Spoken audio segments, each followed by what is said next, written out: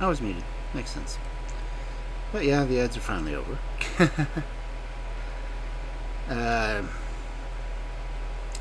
I apologize for the sound of the fans, but it's fucking hot. For Texas standards.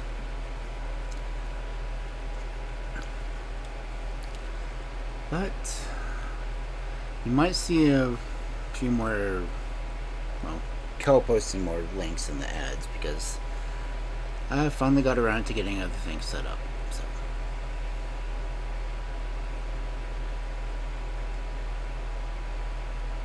okay, the fan noise bothers me.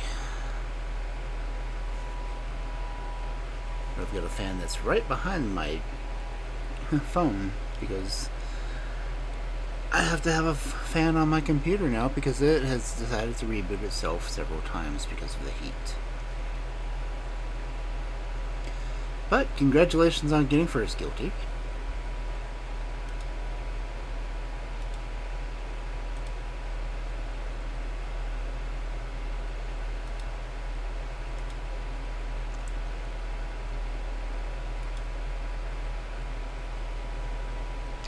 I really do like the trivia stuff that I've got set up. Gotta have something to do during the ad, so you might as well try to figure out trivia.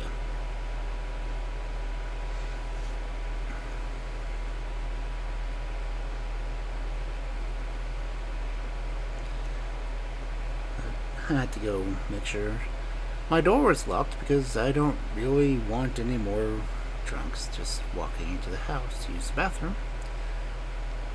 At least not without my permission first. But anyway, hopefully that was a one-shot thing. Because tonight we're doing more detective stories. And I don't need any excess dicks.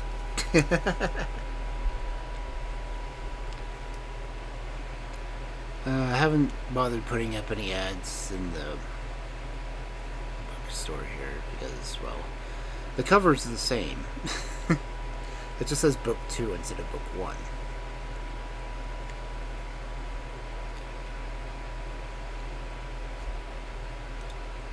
Kinda curious if sound alerts are gonna work tonight.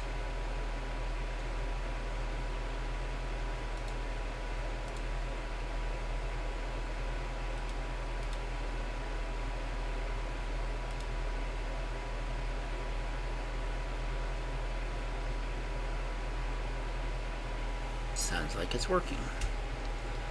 That's nice. I still don't know why Sound Alerts requires desktop audio to be turned on.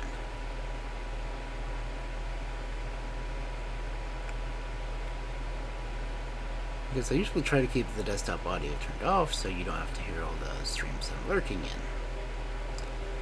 Because I'm lurking in at least 3 streams right now.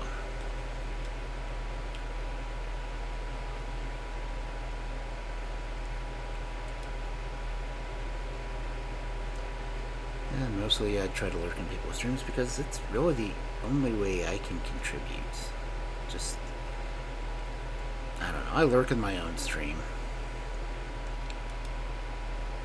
You really have another window open with Kel's login lurking in my stream right now.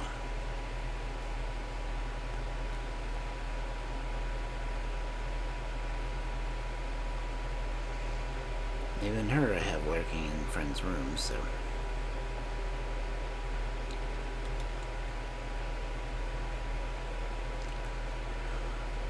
I'm tired and it's hot.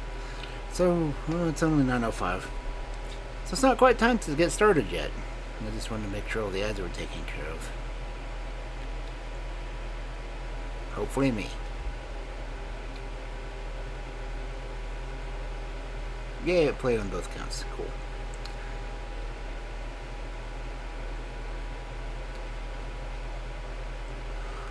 Yeah. And I've got 3 bottles of water to hydrate with for tonight, so. It is just damn hot. if I go by the temperature my computer says it is right now, let me see what it says.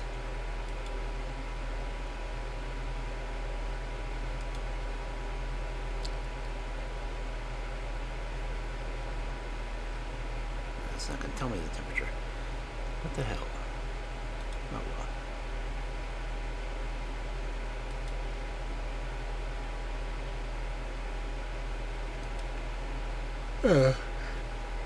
We got up to 99 today.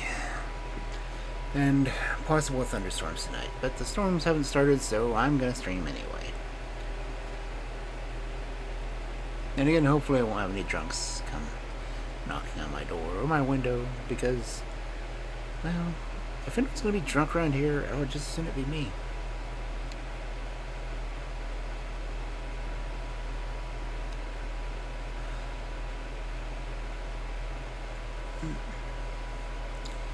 And if you don't know, VTuber SummerSlam is going on. I've got several friends doing it, but I'm not, because I apparently am horrible for raising money for charity.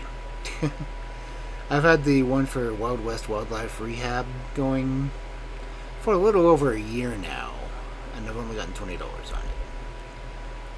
I have personally gone in and donated about $60 in the past year. So at least they're getting money. I've donated gifts, I've donated time, I've gone in and worked with them, I've done a lot of things, but I mean, I haven't got their shirts. Shirts are pretty cool. What's this? I don't do stores on Twitch. Get away. Ooh. But anyway, we're going to do at least one more story, hopefully two, of Martin Hewitt tonight.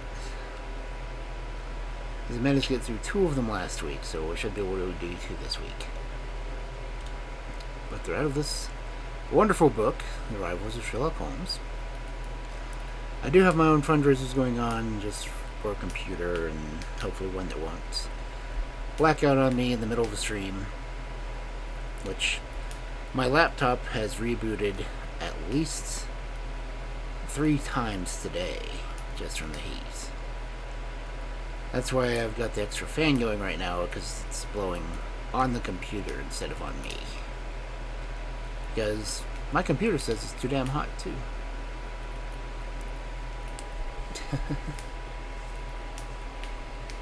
Oh.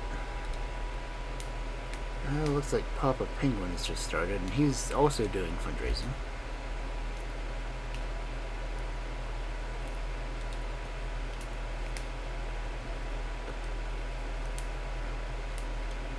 I apparently have a streak going on his. Why did I just get a text message? Oh, it seems turned off this. Delay shipping picked up. Ah, cool. That's finally the copies of the books I'm gonna do for autograph ones. Good. So yeah, book 1 and book 2 both out. Mostly on Amazon, because I don't want to have to pay the $85 to get it on Ingram Spark, because I have to buy my own ISBN for those. And I figured I would at least wait until I try to get illustrations for the books before I do another release. It's 9:09, so it's almost time to get into the book.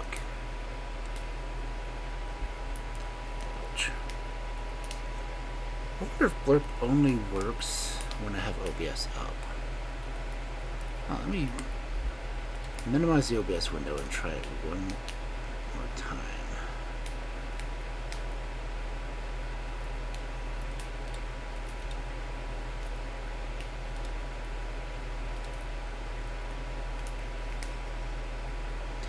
Interesting. I only played the first part of it. Now with OBS back open on top.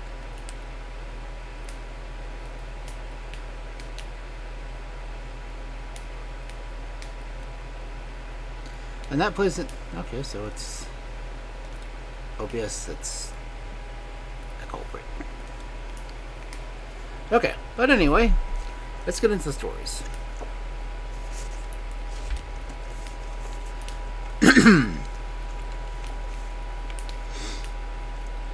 Martin Hewitt, Investigator, by Arthur Morrison. 4. The Case of the Dixon Torpedo. Hewitt was very apt, in conversation, to dwell upon many curious chances and coincidences that he had observed, not only in connection with his own cases, but also in matters dealt with by the official police, with whom he was on terms of pretty regular and indeed friendly acquaintanceship. He has told me many an anecdote of singular happenings to Scotland Yard officials with whom he has exchanged experiences. Of Inspector Nettings, for instance, who spent many weary months in search for a man wanted by the American government, and in the end found, by the merest accident of misdirected call, that the man had been lodging next door to himself the whole time.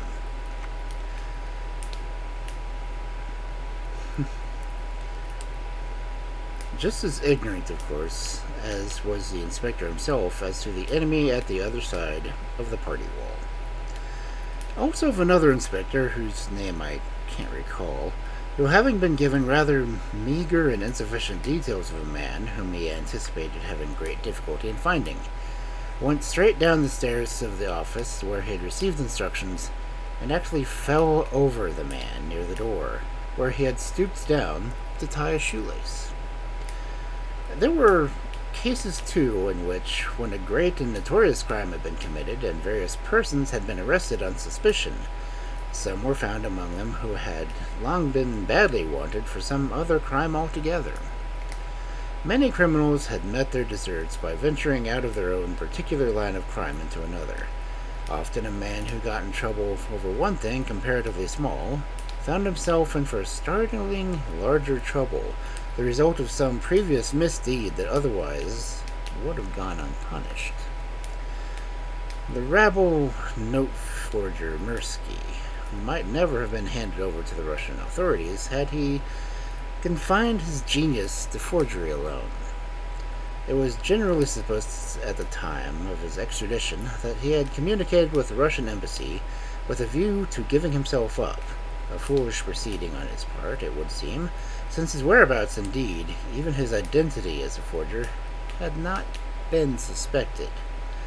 He had communicated with the Russian embassy, it is true, but for a quite different purpose, as Martin Hewitt well understood at the time.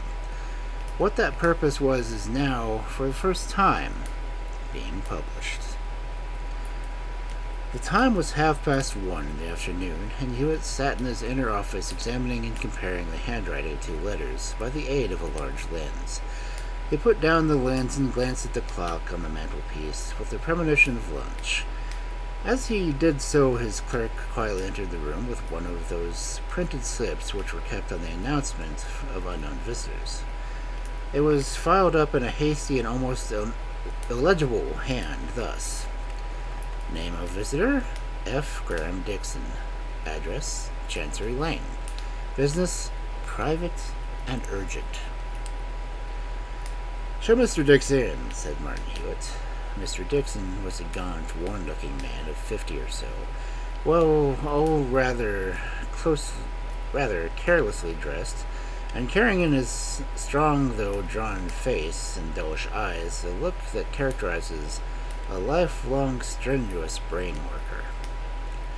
He leaned forward anxiously in the chair which Hewitt offered him, and told his story with a great deal of a very natural agitation. "You may have possibly heard, Mr. Hewitt. I know there are rumors of the new locomotive Torpedo which the government is adopting. It is, in fact, the Dixon Torpedo, my own invention, and in every respect, not merely in my own opinion, but in that of the government experts, by far the most efficient and certain yet produced. It will travel at least 400 yards, farther than any torpedo now made, with a perfect accuracy of aim, a very great desideratum, let me tell you. and will carry an unprecedentedly large charge. There are other advantages, speed, simple discharge, and so forth, that I needn't bother you about. The machine is the result of many years of work and disappointment, and its design has been only largely arrived by a careful balancing of principles and means, which are expressed on only 4 existing sets of drawings.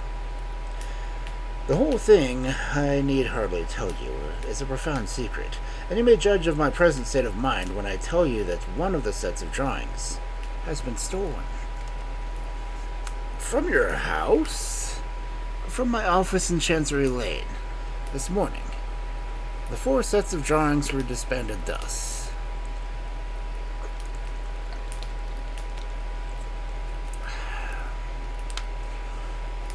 Two were at the Admiralty office, one being finished sets on a thick paper, and the other a set of tracings thereof.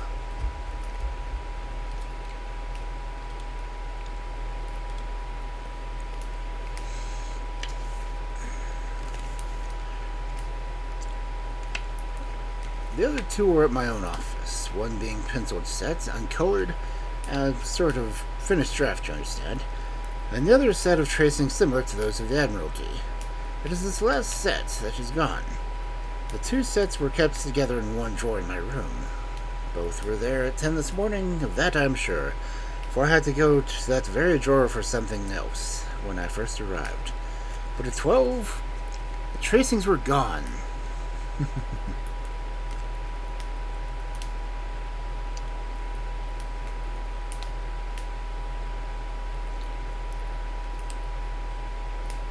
You suspect somebody, probably. I cannot. It is the most extraordinary thing. Nobody has left the office except myself, and then only to come to see you, since 10 this morning, and there has been no visitor, and yet the drawings are gone.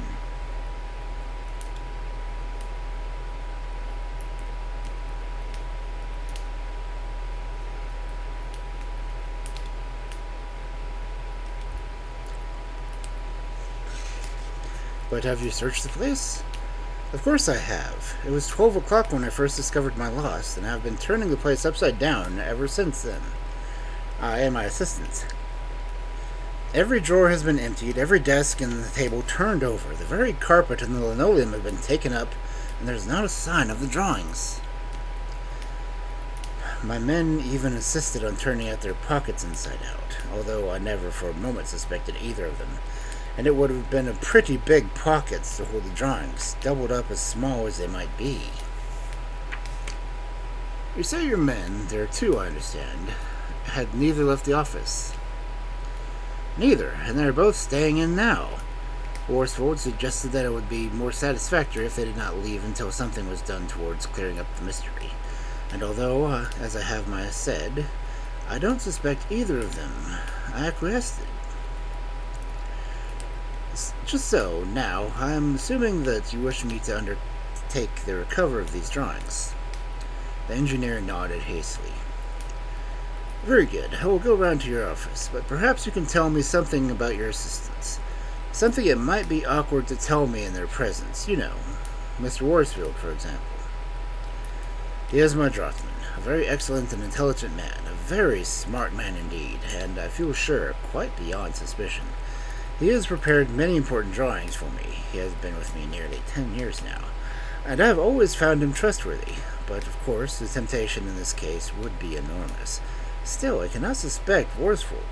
Indeed, how can I suspect anybody in the circumstances? The other now? His name's Ritter. He is merely a tracer, not a fully skilled draughtsman. He's quite a decent young fellow, and I have had him 2 years. I don't consider him particularly smart, or he could have learned a little more of the business by this time. But I don't see the last reason to suspect him. As I said before, I can't reasonably suspect anybody. Very well, we'll get to Chancery Lane now, if you please, and you can tell me more on the way as we go. I have a cab waiting. What else can I tell you? I understand the position to be succinctly this. The drawings were in the office when you arrived. Nobody came out, and nobody went in, and yet they vanished. Is that so? That is so. When I say that Absolutely nobody came in. Of course, I accept the postman. He brought a couple of letters during the morning. I mean that absolutely nobody came in past the barrier in the outer office. The usual thing, you know. Like a counter with a frame of ground glass around it. I quite understand that, but I think you said that the drawings were in the drawer in your own room, not the outer office, where the draftsmen are, I presume. That is the case. It is an inner room, or rather, a room parallel to the other and communicating with it. Just as you left your own room, we will have just left. But then, you say you never left your office, and yet the drawings vanished. Apparently by some unseen agency while you were there, in the room. Let me explain more clearly. The cab was bowling smoothly along the stand, and the engineer took out a pocketbook and pencil. I fear, he proceeded, that I am a little confused by my explanation. I am naturally rather agitated. As you will see presently, my offices consist of 3 rooms, 2 at one side of a corridor and the other opposite, like this. I made a rapid pencil sketch. In the outer office, my men usually work. In the office, I work myself.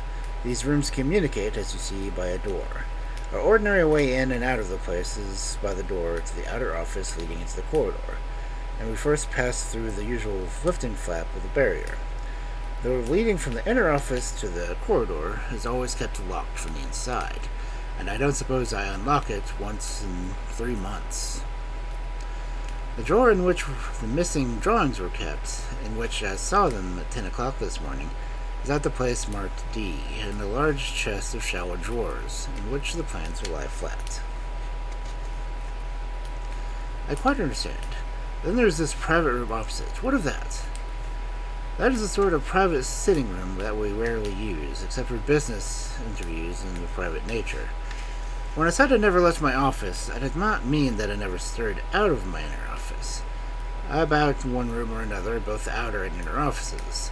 And once I went to the private room for 5 minutes, but nobody came in either in or out of any of the rooms at that time, for the door to the private room was wide open and I was standing at the bookcase. I had gone to consult a book, just inside the door with a full view of the doors opposite. Indeed, Worsfold was at the door of the outer office most of the short time. He came to ask me a question. And Hewitt, he replied. It all comes to a simple first statement. Know that nobody left the place and nobody arrived.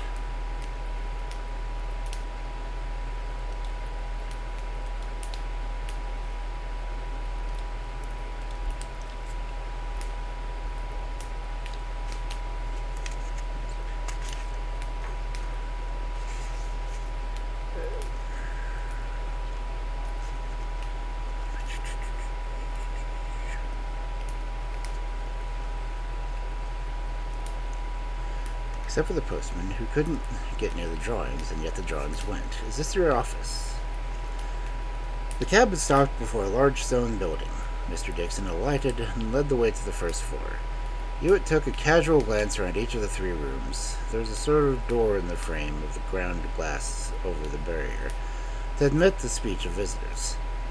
This door Hewitt pushed wide open and left so. He and the engineer went into the inner office. Would you like to ask Mr. Worsfold and Ritter any questions? Mr. Dixon inquired. Presently. Those are their coats, I take it, hanging just to the right of the outer office door, over the umbrella stand. Yes, there are those things, coats, hats, sticks, and umbrella. And those coats were searched, you say? Yes. And this is the drawer thoroughly searched, of course. Oh, certainly. Every drawer was taken out and turned over. Oh, of course, I must assume you made no mistake in your hunt. Now tell me, anybody know where these plans were beyond yourself and the 2 men? As far as I can tell, not a soul. You don't keep an office boy? No, there would be nothing for him to do except post a letter now and again, which Ritter does quite well for board. Are you sure that the drawings were there at 10 o'clock? Perhaps the thing scarcely matters. But I may as well know if your men have keys to the office. Neither. I have patent locks to each door, and I keep the keys myself. If Worsfold and Ritter arrive before me in the morning, they have to wait to be let in, and I am always present myself when the rooms are cleaned. I have not neglected precautions, you see. No, I suppose the object of the theft, assuming that it is a theft, is pretty plain. The thief would offer the drawings for sale to some foreign government? Of course. They would probably command a great sum. I've been looking, as I need hardly tell you, to the invention of securing me a very large fortune, and I shall be ruined, indeed, if the design is taken abroad.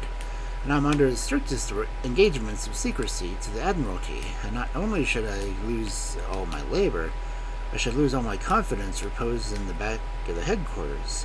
Should, in fact, the subject be penalties for breach of contract, and my career is stopped forever. I cannot tell what a serious business is this for me. If you cannot help me, the consequences will be terrible. Bad for the service of the country, too, of course. Oh, of course. Now tell me this. It would, I take it, be necessary for the thief to exhibit these drawings to anybody anxious to buy the secret. I mean, he couldn't describe the invention by word of mouth. Oh, no, that would be impossible. The drawings are of the most complicated description, full of figures upon which the whole thing depends. Indeed, one would have to be a skilled expert properly to appreciate the design at all. Various principles of hydrostatics, chemistry, electricity, and the pneumatics are almost delicately manipulated and adjusted, and the smallest error or omission in any part would upset the whole. No, the drawings are necessary to the thing, and they are gone. At this moment, the door of the outer office was heard to open, and somebody entered. The door between the two offices was ajar, and Hewitt could see right through the glass door left open to the barrier, into the small space beyond.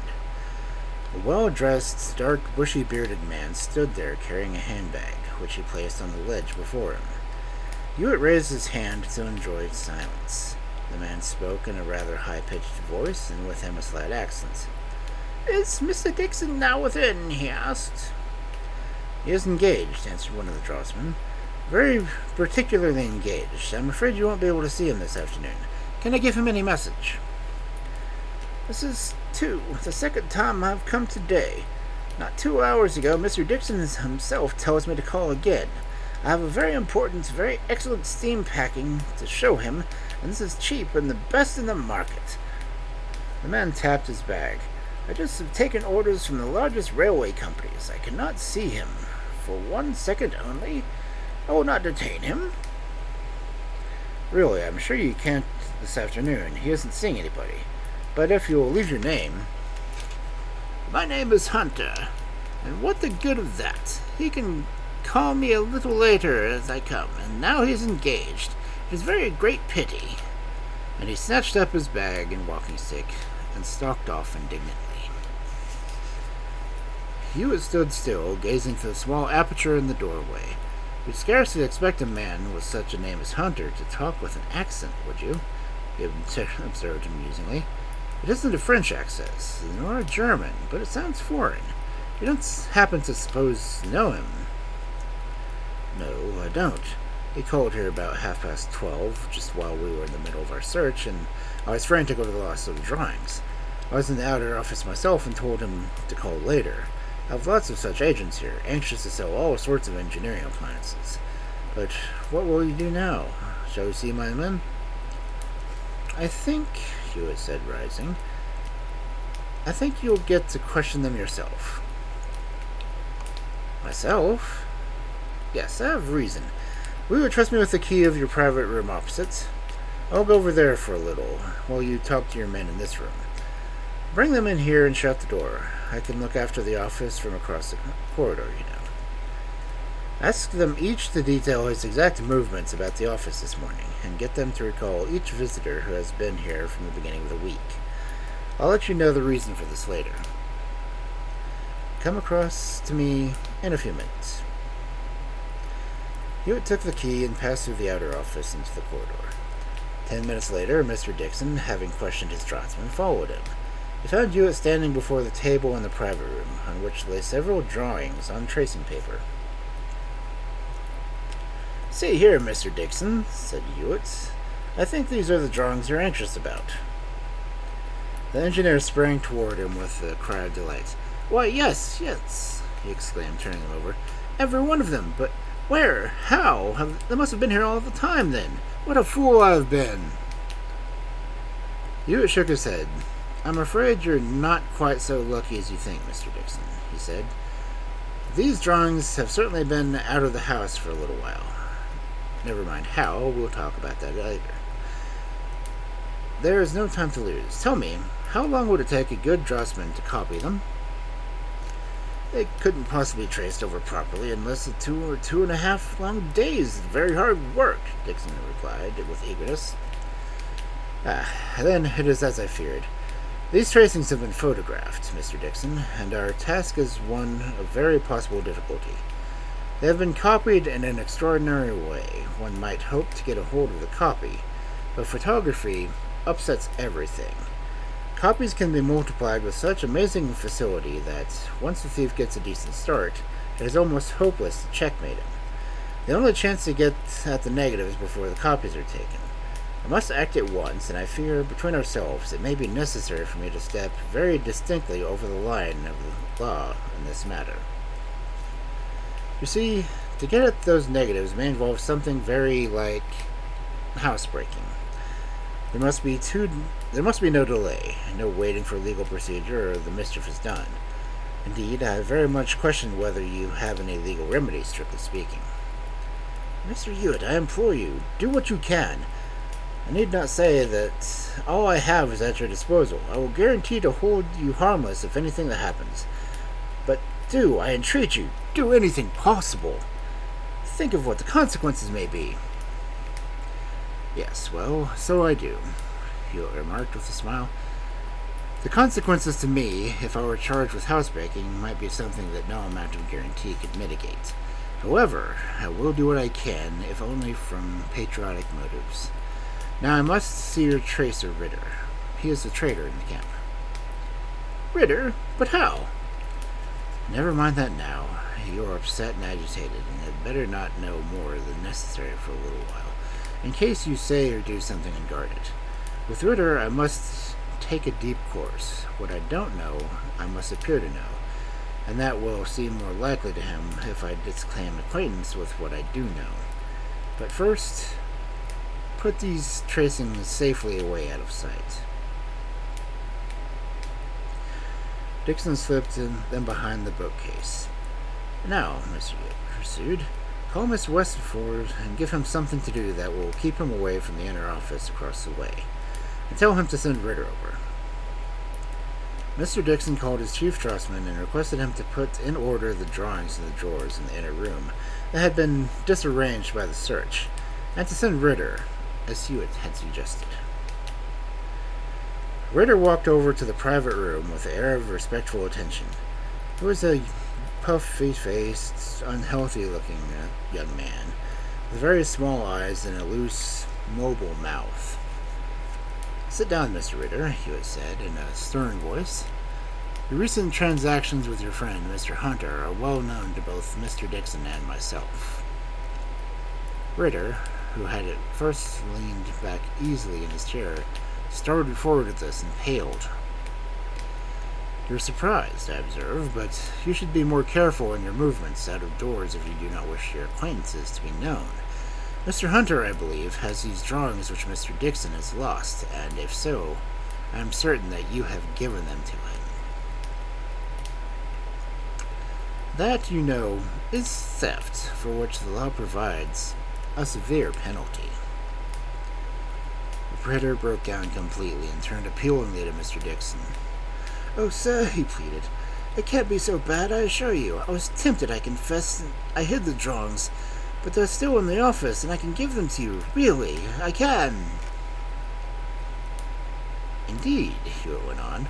Then in that case, perhaps you'd better get them at once. Just so, go and fetch them. We won't trouble to observe your hiding place. I'll only keep this door open, to be sure you don't lose your way, you know. Down the stairs, for instance.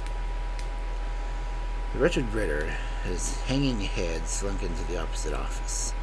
Presently he reappeared, looking, if possible, ghastlier than before. He looked irresolutely down the corridor, as if meditating it or for a run, but Hewitt stepped forward and motioned him back into the private room. You mustn't try any more of that sort of humbug, Hewitt said, with a increased severity.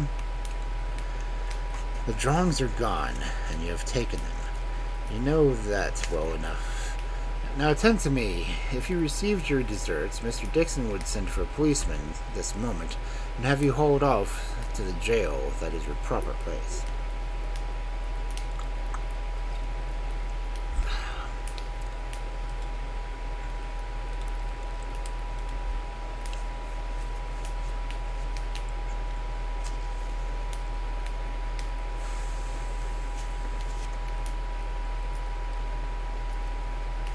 But unfortunately, your accomplice, who calls himself Hunter, who has no other names beside that, as I happen to know, has the drawings, and it is absolutely necessary that these should be recovered.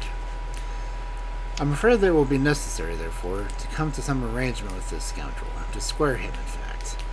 Now, just take that pen and paper and write to your confidant as I dictate. You know, the alternative if you cause any difficulty. Ritter reached tremblingly for the pen. Address him in your usual way, Hewitt proceeded. Say this. There has been an alteration in the plans. Have you got that? There has been an alteration in the plans. I shall be alone here at 6 o'clock. Please come without fail. Have you got it? Very well, sign it, and address the envelope. You must come here, and then we may arrange matters. In the meantime, you will remain in the inner office opposite. The note was written, and Martin Hewitt, without glancing at the address, thrust it into his pocket. When Ritter was safely in the inner office, however, he withdrew it and read the address. I see, he observed. He uses the same name, Hunter.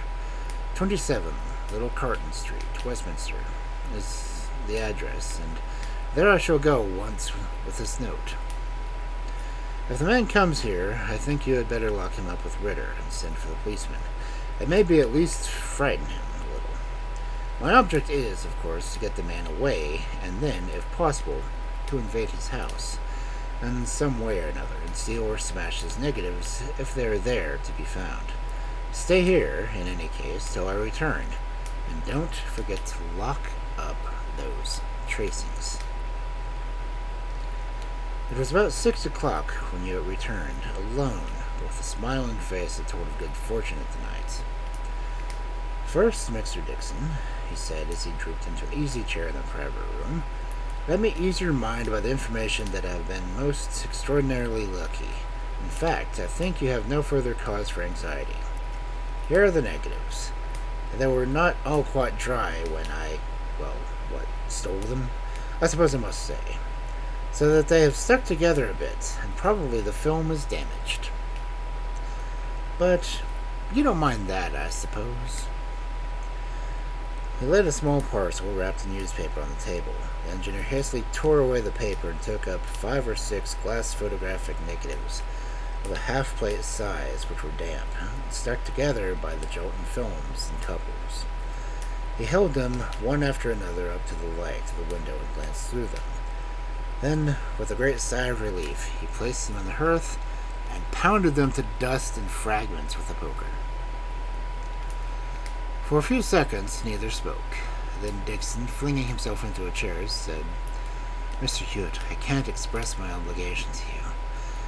What would have happened if you had failed, I prefer not to think of. But what shall we do with Ritter now? The other man hasn't been here yet, and by the way... No, the fact is I didn't deliver the letter. The worthy gentleman saved me a world of trouble by taking himself out of the way, Hewitt laughed. I'm afraid that he has got himself rather into a mess by trying 2 kinds of theft at once, and you may not be sorry to hear that his attempt on your torpedo plans is likely to bring him a dose of penal servitude for something else. I'll tell you what has happened. Little Carton Street, Westminster, I found to be a seedy sort of place. One of those old streets that have been much better days. Many good people seem to live in each house. They are fairly large houses, by the way. And there is quite a company of bell handles on each doorpost, all down the side, like organ stops. The barber had possession of the ground floor of number 27 for trade purposes, so to him I went. Can you tell me, I said, where the house I can find Mr. Hunter? He looked doubtful, so I went on. As friend will do, you know, I can't think of his name. Foreign gentleman, dark, with a bushy beard. The barber understood at once. Oh, that's Mursky, I suspect, he said. Now, come to think of it, he has had letters addressed to Hunter once or twice. I've took him in. Top 4, back. This was good so far. I'd got at Mr. Hunter's other alias. So, by the way of possessing him with the idea that I knew all about him, I determined to ask him as Miskey, before handing over the letter addressed to him as Hunter. A little bluff of that sort is invaluable at the right time. At the top floor back, I stopped at the door and tried to open it at once, but it was locked. I could hear somebody scuttling about within, as though carrying things about, and I knocked again. In a little while the door opened about a foot, and there stood Mr. Hunter, or Miskey, as you like, the man who, in the character of a traveler in steam packing, came here twice today. He was in shirt sleeves and cuddled something under his arm, hastily covering with a spotted pocket handkerchief.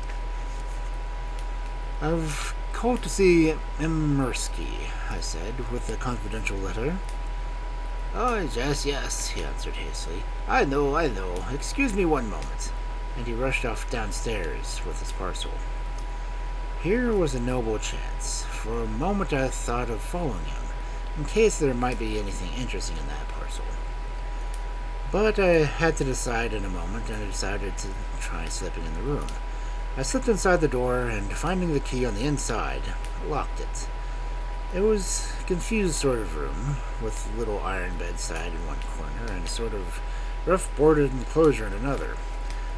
This I rightly conjectured to be the photographic darkroom, and made for it at once. There was plenty of light within when the door was left open, and I made at once for the drying rack that was fastened over the sink. There were a number of negatives in it, and I began hastily examining them one after another. In the middle of this, our friend Mirsky returned and tried the door. He rattled violently at the handle and pushed. Then he called. At this moment I had come upon the first of the negatives you have just finished smashing. The fixing and the washing had evidently only been completed lately, and the negative was drying on the rack. I seized it, of course, and the others were stood by it. "Who are you inside there?" Mursky shouted indignantly from the landing. "Why do you go in my room like that? Open this door at once, or I will call the police!" I took no notice. I had the full number of negatives, one for each drawing, but I was not by any means sure that he had not taken the extra set, so I went hunting down the rack. There were no more, so I set to work to turn out all the undeveloped plates. It was quite possible, you see, that the other set, if it existed, had not yet been developed. Mursky changed his tune after a little more banging and shouting. I could hear him kneeling down to try the keyhole. I had left the key in there, so he could see nothing. But he began softly talking rapidly through the hole in a foreign language. I did not know it in the least. But I believe it was Russian. I could not at the time imagine, though. I have a notion now. I went on ruining his stock of plates. I found several boxes, apparently of new plates, but there was no means of telling whether they were really used or merely underdeveloped. But in the chemical impress of your drawings on them, I dragged every one ruthlessly from its hiding place and laid it on the full glare of the sunlight, destroying it. Of course, whether it was unused or not. Mursky left off talking, and I heard him quietly sneaking off. Perhaps his coincidence was sufficiently clear to warrant an appeal to the police, but it seemed to me rather probable at the time that was what he was going for. So I hurried on with my work. I found 3 dark slides, the parts that carry the plates, on the back of the camera, one of them fixed in the camera itself. I opened these and exposed the plates to ruination as before. I suppose nobody ever did so much devastation to a photographic studio in 10 minutes as I had managed. I'd spoiled every plate I could find, and the developed negative safely in my pocket when I happened to glance at the porcelain washing well under the sink. There was one negative in that, and I took it up. It was not a negative of a drawing of yours, but of a Russian 20-ruble note. This was a discovery. The only possible reason any man could have for photographing a banknote was the manufacture of an etched plate for the production of forged copies. I was almost as pleased as I had been when I discovered your negatives. He might bring the police now as soon as he liked. I could turn the tables on him completely. I began to hunt about for anything else relating to this negative. I found an inking roller, some old plates, some pieces of blankets used for printing front plates, and on the corner of the floor, heaped over with newspapers and rubbish, a small orange copying press. There was also a dish of acid, but not an etched plate or printed notes to be seen. I was looking at the press with the negative in one hand and an inking roller in the other when I became conscious of a shadow across the window. I looked up quickly, and there was Mirsky, hanging from some ledge or projection to the side of the window, and staring straight at me with a look of unmistakable terror and apprehension. The face vanished immediately. I had to move the table to get at the window, and by the time I had opened it, there was no sign or sound of the resident tenant of the room. I had no doubts of this reason for carrying the parcel downstairs. He probably mistook me for another visitor he was expecting, and knowing he must take his visitor into his room, he threw the papers and the rubbish over the press, and put up his plates and papers in a bundle and secreted them downstairs, lest his occupation should be observed. Plainly, my duty now was to communicate with the police. So, by the help of my friend the barber downstairs, a messenger was found and a note sent over to Scotland Yard. I waited, of course, for the arrival of the police, and occupied the interval by taking another look around, finding nothing important, however. When the official detectives arrived, he recognized the case as an importance. The large number of forged Russian notes have been put on circulation on the continent recently. It seems, and it was suspected, that they all came from London. The Russian government had been sending urgent messages to the police here on the subject. Of course, I said nothing about your business, and while I was talking to Scotland Yard man, a letter was left by a messenger addressed to Mirsky. The letter will be examined, of course, by the proper authorities, but I was not a little interested to perceive that the envelope bore the Russian imperial arms above the words Russian Embassy. Now, why should Mirsky communicate with a Russian embassy?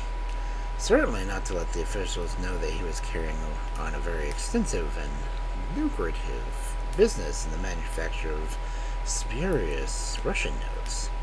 I think it was rather more than possible that he wrote, probably before he got your drawings, to say that he could sell information of the highest importance, and that this letter was a reply. Furthermore, I quite think that possibly when I asked for him by his Russian name, he spoke of a confidential letter. He at once concluded that I had come from the embassy in answer of his letter.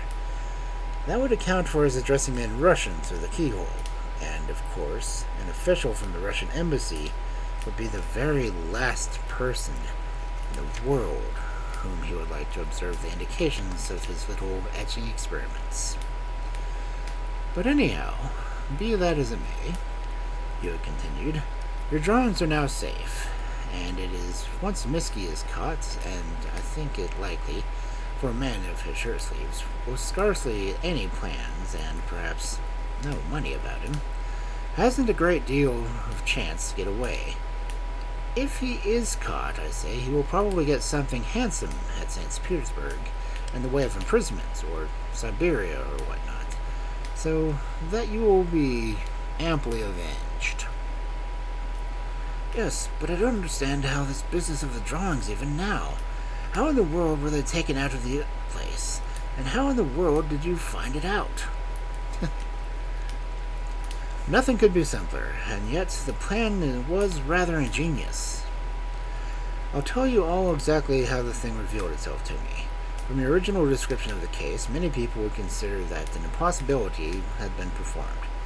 Nobody had gone out and nobody had come in, and that the drawings had been taken away.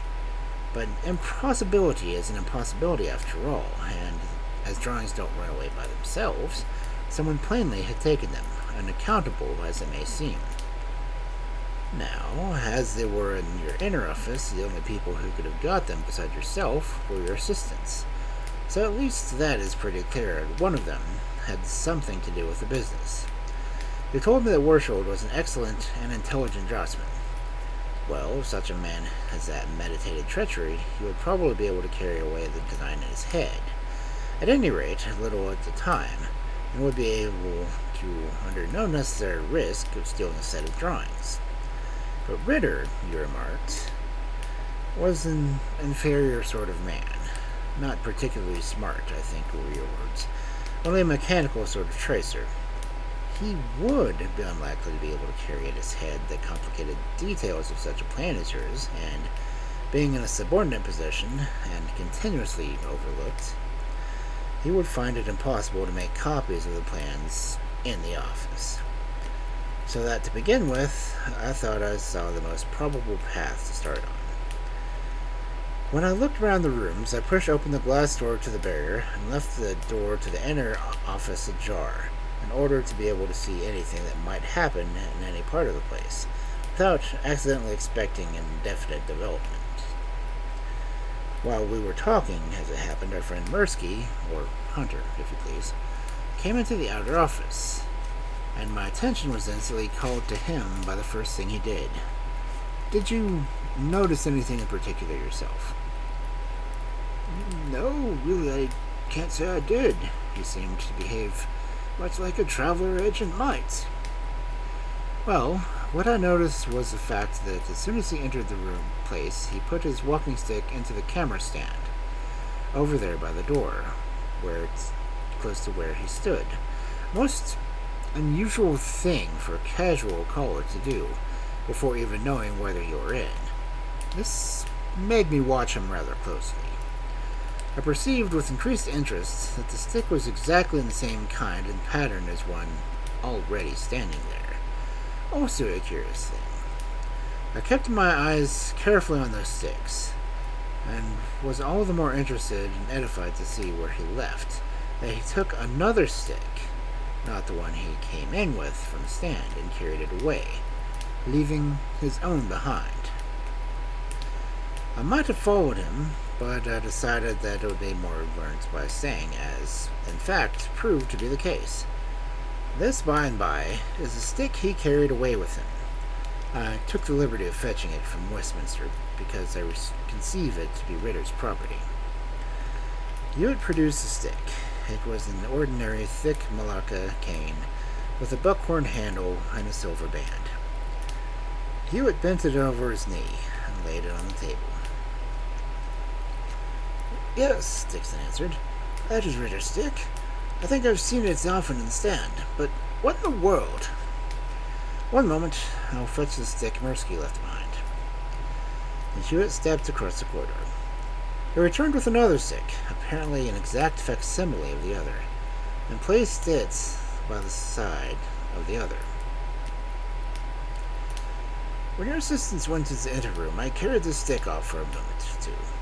I knew it was not Worshold because there was an umbrella there with an initial and a handle. Look at this. Martin Hewitt gave the handle a twist and rapidly unscrewed it from the top.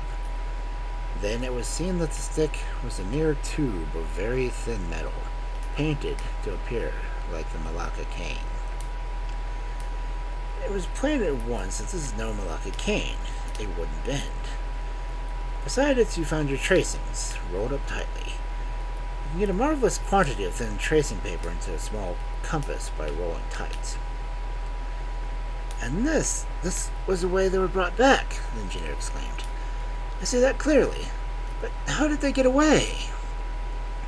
And that is mysterious as ever. Not a bit of it. See here. Mirsky gets a hold of Ritter, and they agree to get your drawings and photograph them. Ritter is set to get his Confederates to have these drawings, and Mirsky is to bring them back as soon as possible, so that they shan't be missed for a moment. Ritter habitually carries his Malacca cane, and the cunning of Mirsky at once suggests the tube should be made an outward facsimile. This morning, Mirsky keeps the actual stick, and Ritter comes to the office with the tube. He seizes the first opportunity, probably when you were in the private room, and Morsewold was talking to you in the corridors, to get the tracings. Roll them up tightly and put them in the tube, putting the tube back into the umbrella stand. At 12:30, or whenever it was, Mirsky turns up for the first time with the actual stick and exchanges them, just as he afterwards did when he brought the drawings back. Yes, but Mirsky came half an hour after they were... Ah, yes, I see. What a fool I was. I was forgetting. Of course, when I was first missing the tracings, they were in his walking stick, safe enough, and I was tearing my hair out within arm's reach of them. Precisely. And Mirsky took them away before your very eyes. I expect Ritter was in a rare funk when he found the drawings were missing.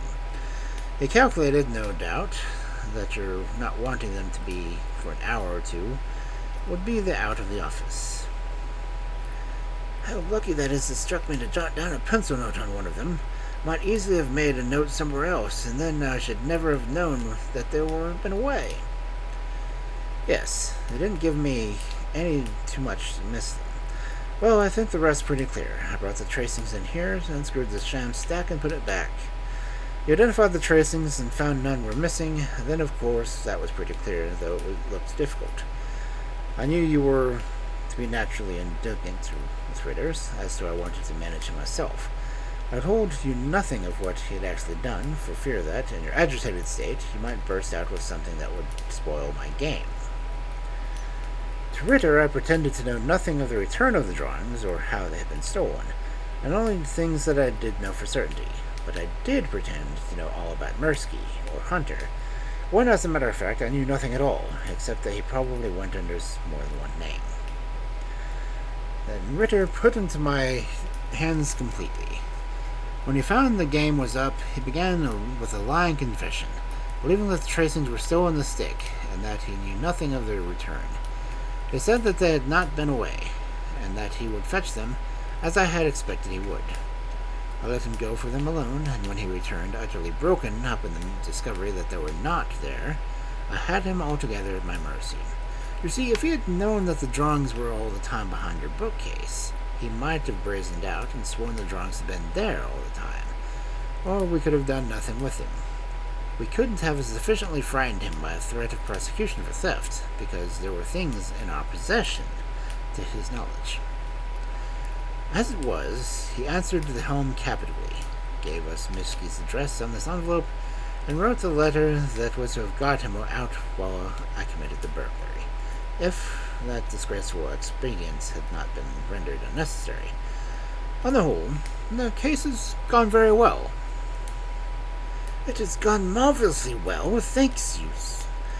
But what shall I do with Ritter? Here's your stick. Knock him downstairs with it if you like. I should keep the tube, if I were you, as a memento. I don't suppose the respectable Mirsky will ever call to ask for it.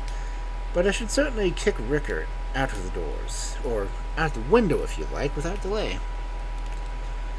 Mirsky was caught, and after 2 reprimands at the police court was extradited on the charge of forging Russian notes. It came out that he had written to the embassy, as Hewitt had surmised, stating that he has a certain valuable information to offer, and the letter that Hewitt had seen delivered was the acknowledgment, and a request for more definite particulars. This was what gave rise to the impression that Mirsky had himself informed the Russian authorities of his forgeries. His first real intent was very different, but was never guessed.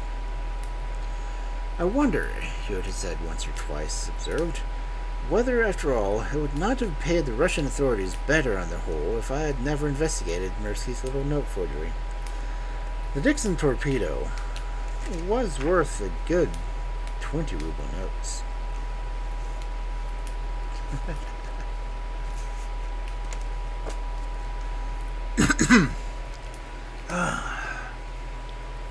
that's the first 4 of the night. And I may have to look up the TV show for Rivals. I hadn't heard of it before, but it's an interesting idea.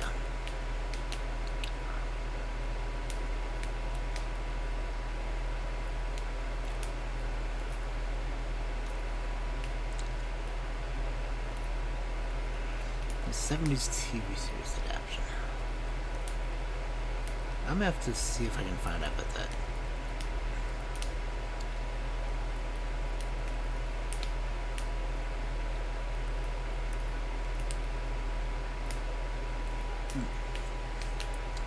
Okay, and Kel is advertising for me. That's good.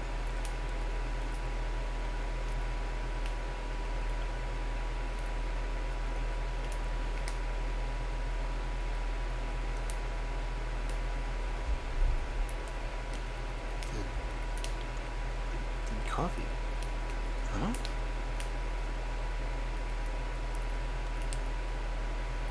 Oh, okay. I didn't think coffee had auto posts. Guess it does. Anyway, I'm going to take a quick break, chug some water, and I will be back in a bit.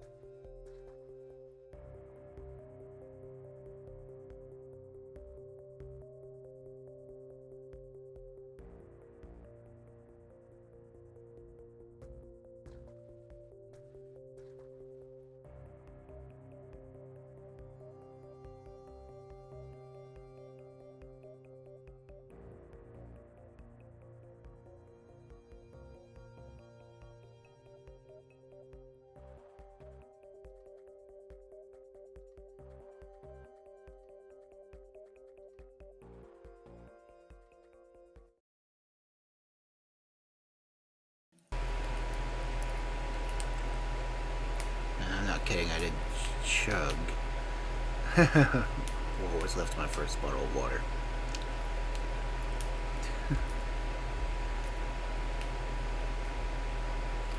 Hey, why's my... Man, I wish I could use my air conditioning so my fan wouldn't be so loud.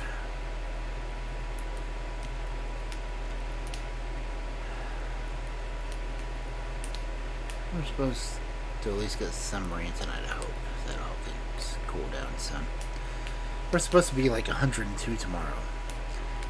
But by then I'll be wandering around outside, going to estate sales and seeing if I can further broaden my library. I need to do some measuring. I gotta get some new flooring. Even though I don't own the house, I am maintaining it. And after the flood, I'm thinking about just getting rid of the carpet. So, anyway, let's see if we can get into our second story. I ran the ads in hopes that we'd have some time before the next one's ran. It says that I should have 55 minutes before they try to run again.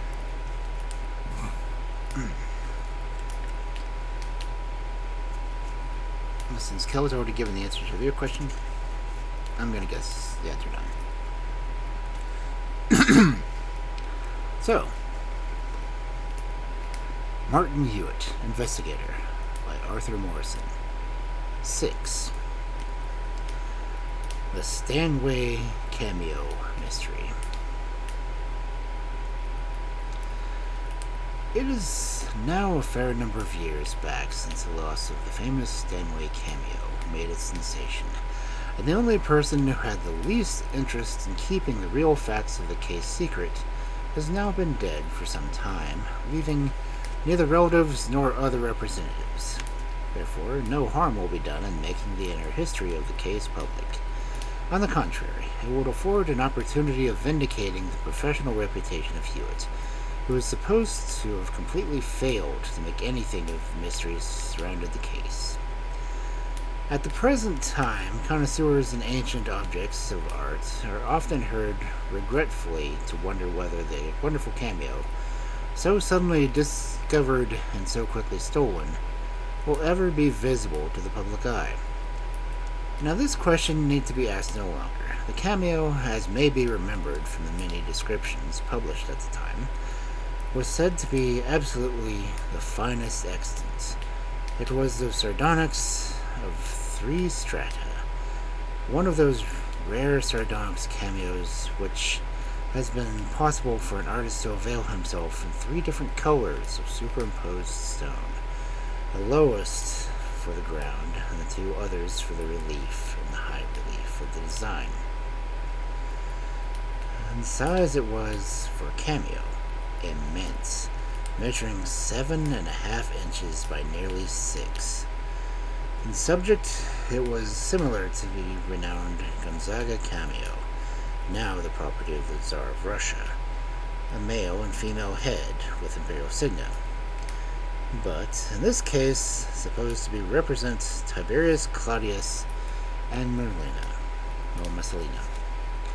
The experts considered it probably to be the work of Athenian, a famous gem cutter of the first Christian century, whose most notable other work is now extant in a smaller cameo with a mythological subject preserved in the Vatican.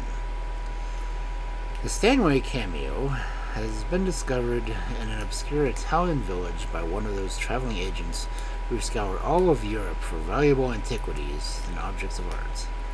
This man had hurried immediately to London with his prize and sold it to Mr. Claridge of St. James's Street, eminent as a dealer in such objects. Mr. Claridge, recognizing the importance and value of the article, lost no opportunity of making its existence known, and very soon the Claudius cameo, as it was first usually called, was as famous as many in the world. Many experts in ancient art examined it, and several large bids were made for its purchase. In the end, It was bought by the Marquis of Stanway for £5,000 for the purpose of presentation to the British Museum. The Marquis kept the Cameo at his townhouse for a few days, showing it to his friends, and then returned it to Mr. Claridge to be finely and carefully cleaned before passing into the National Collection. 2 nights after, Mr. Claridge's premises were broken into, and the Cameo was stolen. Such, in outline, was the generally known history of the Stanway Cameo. The circumstances of the burglary in detail were these. Mr. Claridge had himself been the last to leave the premises at about 8 o'clock in the evening, at dusk, and locked the small side door as usual. His assistant, Mr. Cutler, had left an hour and a half earlier. Mr. Claridge left everything was in order, and the policeman had fixed point duty just the opposite, who bade Mr. Claridge good evening as he left, and saw nothing suspicious during the rest of his term of duty, nor did his successors at the point throughout the night. In the morning, however, Mr. Cutler, the assistant who arrived first, soon after 9 o'clock, at once perceived that something unlocked or had happened to the door, which, as the key, was still fastened, and had not been touched. But in the room behind the shop, Mr. Claridge's private desk had been broken open, and the contents turned out in confusion. The door leading to the staircase had also been forced. Proceeding up the stairs, Mr. Cutler found another door open, leading from the top landing to a small room. This room had been occupied for a simple expedient of unscrewing and taking off the lock, which had been on the inside. In the ceiling of this room was a trap door, and this was 6 or 8 inches open, the edge resting on the half-wrenched bolt, which had been torn away when the trap was levered open from the outside. Plainly, then, this was the path the thieves had taken. Entrance had been made through the trapdoor, 2 more doors had been opened, and then the desk was ransacked. Mr. Cutler afterwards explained that at this time he had no precise idea what had been stolen, and did not know where the Cameo had been left the previous evening. Mr. Claridge had himself undertaken the cleaning, and had been engaged on it, the assistant said, when he had left. There was no doubt, however, after Mr. Claridge's arrival at 10 o'clock, the Cameo was gone. Mr. Claridge uttered confoundedly at the loss, explained incoherently and with curses of his own carelessness that he had locked the precious article inside his desk on relinquishing work in the previous evening, feeling rather tired and not taking the trouble to carry it as far as the safe in the other part of the house. The police were sent for at once, of course, and every investigation made, Mr. Claridge offering a reward of £500 for the recovery of the Cameo. The affair was scribbled off at large in the earliest editions of the evening papers, and by noon all the world was aware of the extraordinary theft of the Stanway Cameo, and many people were discussing the probability of the case, with every indistinct ideas of what the sardonyx Cameo precisely was. It was in the afternoon on this day that the Lord Stanway called on Martin Hewitt. The Marquis was a tall, upstanding man of sparse figure and active habits, well known as a member of learned societies, and a great patron of the arts. He hurried into Hewitt's private room as soon as his name had been announced, and as soon as Hewitt had given him the chair, plunged into business. "Probably you already guessed my business with you, Mr. Hewitt. You have seen the early evening papers. Just so, I needn't tell you what you already know. My Cameo is gone, and I badly want it back. Of course, the police are hard at work at Claridge's, but I'm not quite satisfied. I've been there myself for 2 or 3 hours and can't see that they know any more about it than I do myself. Then, of course, the police, naturally and properly enough, from their point of view, look first to find the criminal, regarding the recovery of the property almost as a secondary consideration. Now, from my very point of view, the chief consideration is the property. Of course, I want the thief caught, if possible, and properly punished, Still more, I want the Cameo.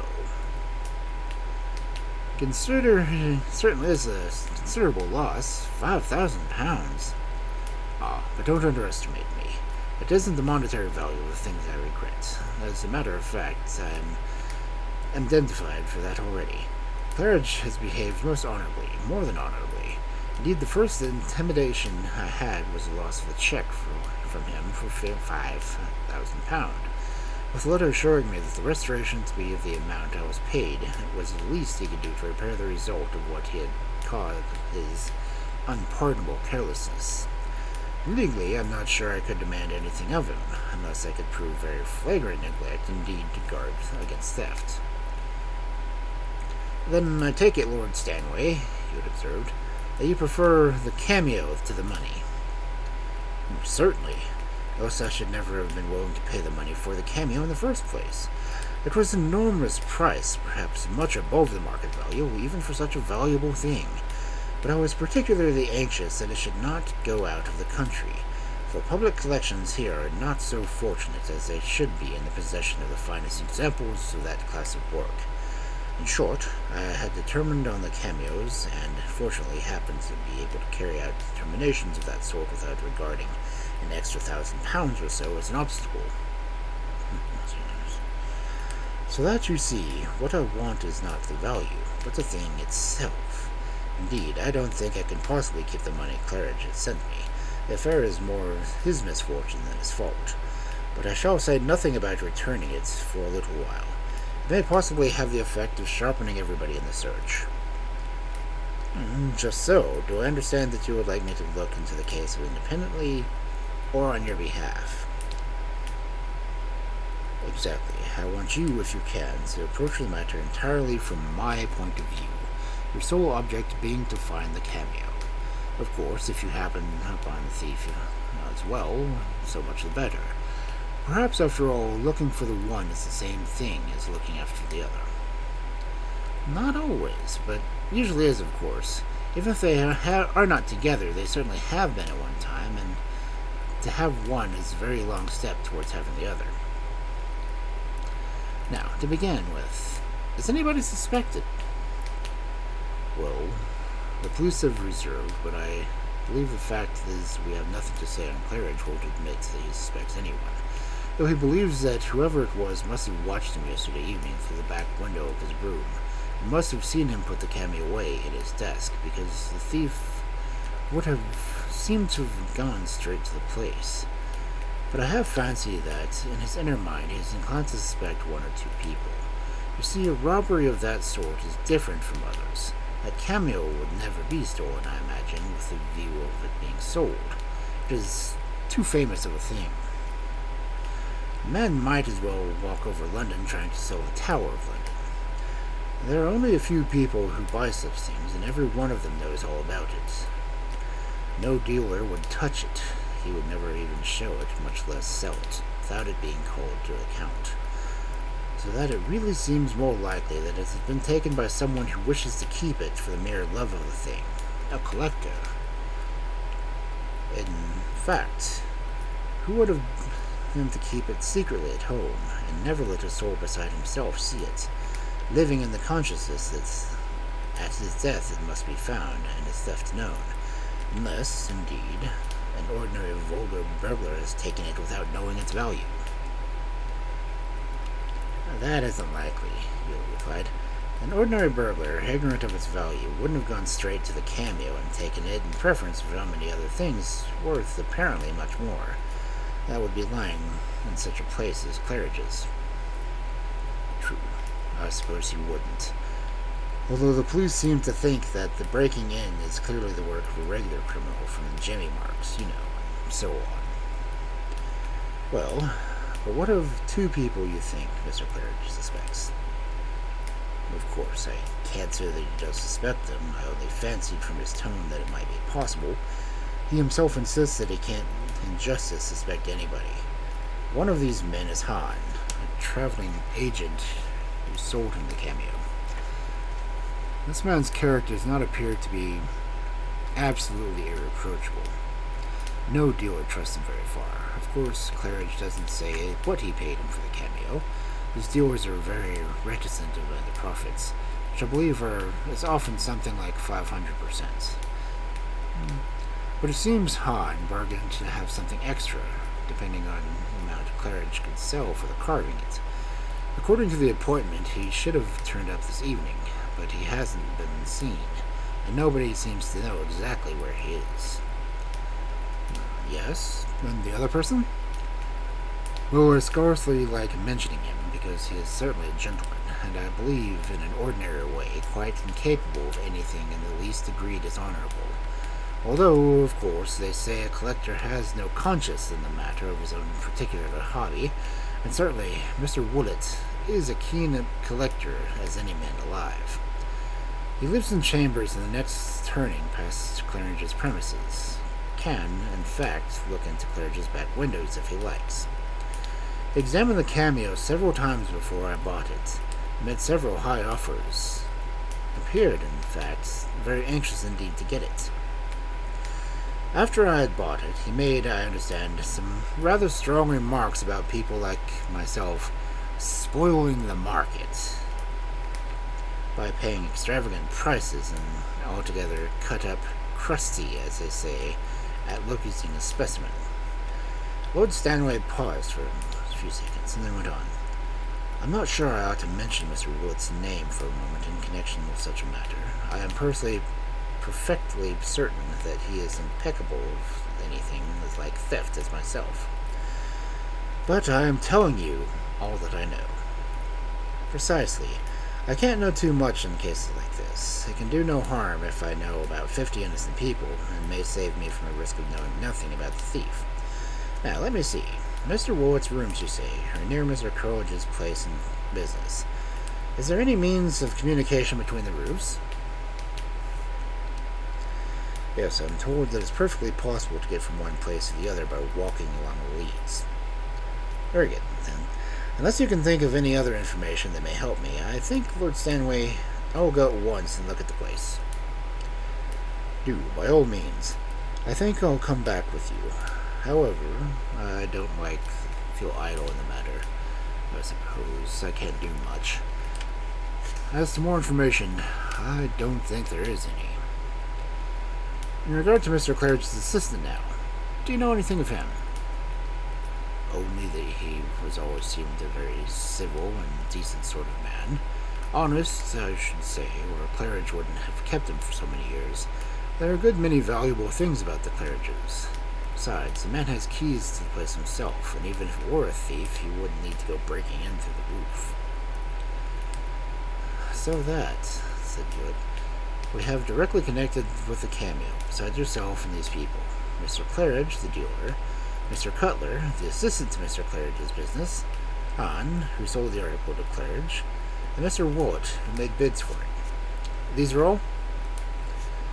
All that I know of. Other gentlemen made bids, I believe, but I don't know them. Take these people in their order. Mr. Claridge is out of the question, as a dealer with a reputation to keep would be. Even if he didn't immediately send you the £5,000, more the market value, I understand, of the cameo. The assistant is a reputable man, against whom nothing is known, who would never need to break in, and who must understand his business well enough to know that he could never attempt to sell the missing stone without instant detection. Hahn is a man of shady accidents, probably clever enough to know well as anyone how to dispose of such plunder, if it is to be possible to dispose of it at all. Also, Hahn hasn't been to Claridge's today, although he had an appointment to make money. Lastly, Mr. Woolett is a gentleman of the most honorable record, but a perfectly rabid collector, who made every effort to secure the cameo before you bought it, who, moreover, could have seen Mr. Claridge working on it in his back room, and who has perfectly access to Mr. Claridge's roof. If we can find none of these, then we must look where circumstances indicate. There was unwanted excitement at Mr. Claridge's place when Hewitt and his client arrived. It was a dull old building, and in the windows there was never more show than of an odd blue china vase or two, or mayhap a few old silver shoe buckles and a curious small sword.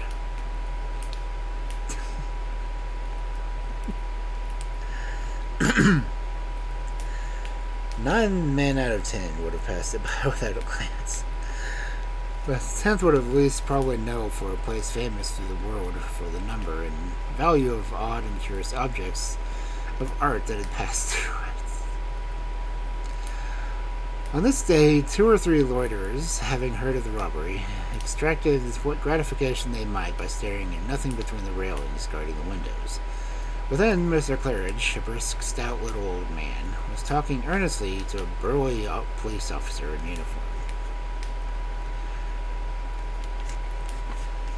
And Mr. Cutler, who had seized the opportunity to attempt amateur detective work on his own, was groveling preservatively about the floor among the old porcelain and loose pieces of armor, in the futile hope of finding any clue that the thieves might have considerately dropped.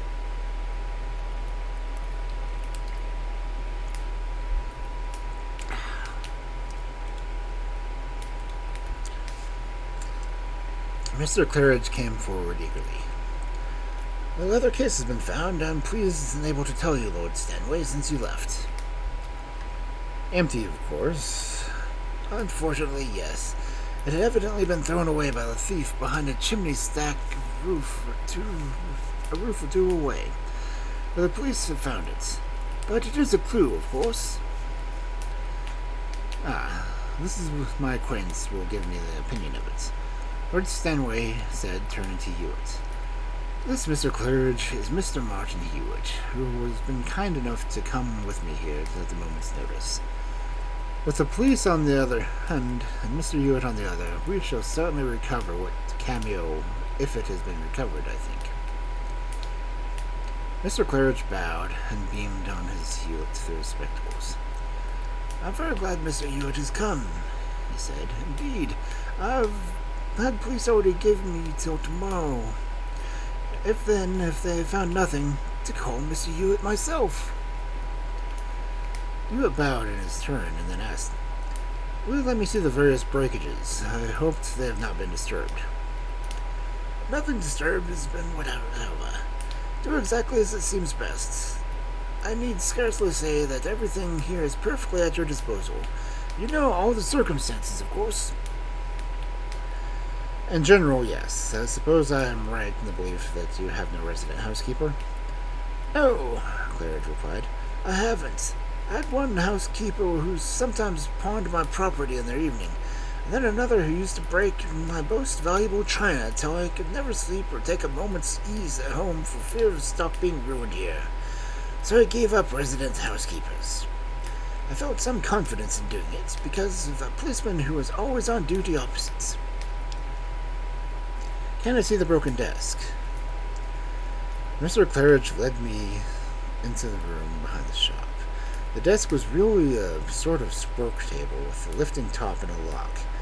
The top had been forced roughly open by some instrument which had been pushed in below and used as a lever, so that the catch of the lock was worn away. He would examine the damaged parts and locks on the lever, and then looked about the back window. "There are several windows about here," he remarked, "from which it might be possible to see into the room. Do you know of any of the people who live behind them?" "2 or 3 I know," Mr. Claridge answered. "But there are 2 windows in the pair almost immediately before us, belonging to a room or office which is to be let. Any stranger might get in there and watch."